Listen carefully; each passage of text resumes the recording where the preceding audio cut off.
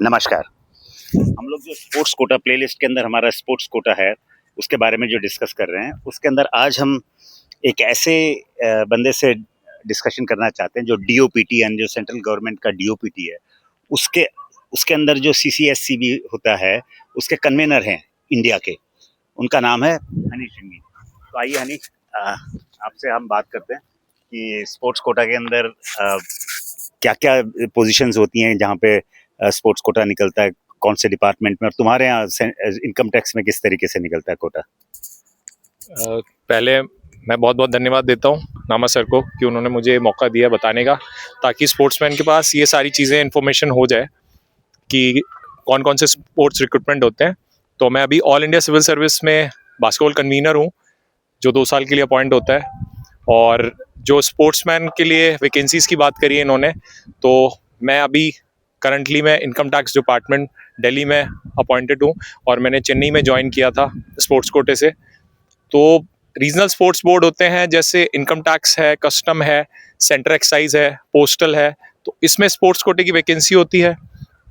और ये वैकेंसी जो हमारा एसएससी है, स्टाफ सिलेक्शन कमीशन, उसका 2 से 3% के बीच में होता है, वो स्पोर्ट्स कोटे को दिया जाता है। अच्छा, यानी जो टोटल स्टाफ होता है उसका 2 से 3% कोटा स्पोर्ट्स के लिए होता है। यस, ठीक है। तो और अगर कोई प्रॉब्लम की वजह से गवर्नमेंट अगर नहीं निकाल पाई है इस साल वैकेंसी, तो वो 2-3 साल तक नहीं निकाला, तो वो जब जब एसएससी को वैकेंसी देती है उसी के साथ में वो सारा खत्म नहीं होती है वैकेंसी स्पोर्ट्स कोटे की, वो 4-5 साल तक ऐड होती रहेगी और वो एक साथ देते हैं।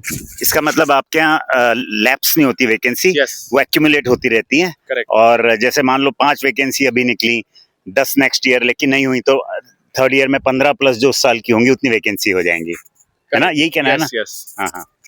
तो रिसेंटली अभी जैसे मुंबई में एक वैकेंसी निकली थी, तो उसमें कुछ 250 से 300 स्पोर्ट्समैन लिए थे उन्होंने, क्योंकि वो 7-8 साल की वैकेंसी एक साथ थी, तो इनकम टैक्स ने 250-300 प्लेयर्स को लिया है। और उसके बाद फिर वापस से अभी उनके पास और वैकेंसीज थी, तो शायद वो आने वाले टाइम में और 30-40 और 100 के बीच में वैकेंसी जनरेट करने वाले हैं स्पोर्ट्स कोटे के लिए। इनकम टैक्स के अलावा और कौन कौन से ऐसे डिपार्टमेंट है जहाँ पे स्पोर्ट्स कोटा में एडमिशन, मतलब स्पोर्ट्स कोटा में रिक्रूटमेंट होता है, जॉब मिलती है? स्पोर्ट्स कोटे में जैसे बेसिक जो सबसे ज़्यादा सब लोगों को पता है, इनकम टैक्स के अंदर रेलवेज है जो सबसे ज़्यादा वैकेंसीज देती है, और आर्मी है। उसके अलावा अकॉर्डिंग टू मी, जो बास्केटबॉल में मैंने जो जितना देखा है, और बाकी भी स्पोर्ट्स हैं जो मेन स्पोर्ट्स हैं, फुटबॉल, हॉकी, उसके अंदर जैसे साउथ के अंदर है आपका इंडियन बैंक है, आईओबी है, विजया बैंक है, एसबीआई ने रिसेंटली अभी अपॉइंटमेंट दिया है। और उसके अलावा तमिलनाडु स्टेट गवर्नमेंट है, वो अपने में ट्रांसपोर्ट कॉरपोरेशन देता है, तमिलनाडु ट्रांसपोर्ट कॉरपोरेशन।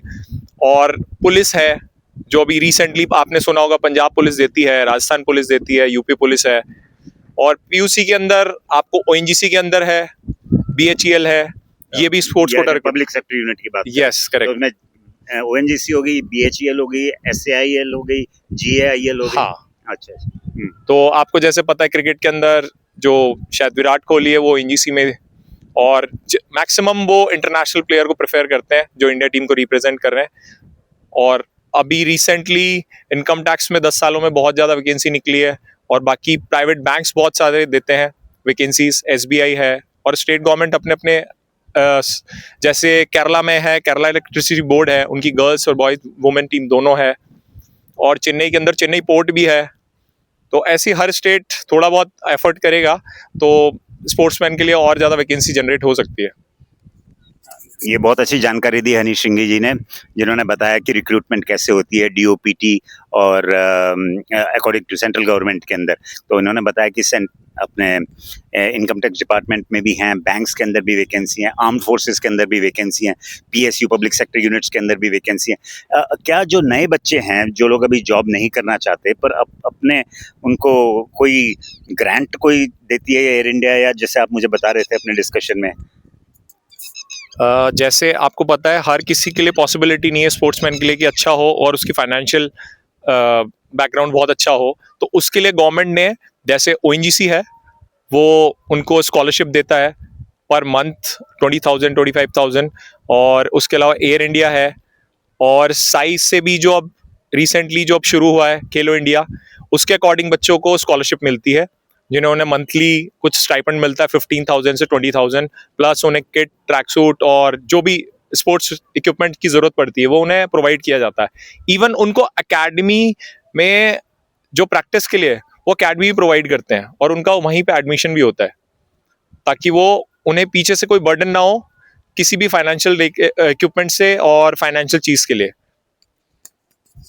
इसके अलावा अब हमारे पास जैसे कि JSW है, OGQ है, ओलंपिक गोल्ड क्वेस्ट, और रिलायंस फाउंडेशन है, और गो स्पोर्ट्स है, और इस तरीके की काफ़ी सारी प्राइवेट सेक्टर यूनिट्स भी हैं जो लोग सपोर्ट करती हैं एथलीट को, और कई अच्छे एथलीट्स हैं वो इन प्राइवेट सपोर्टेड उसमें से निकले हैं।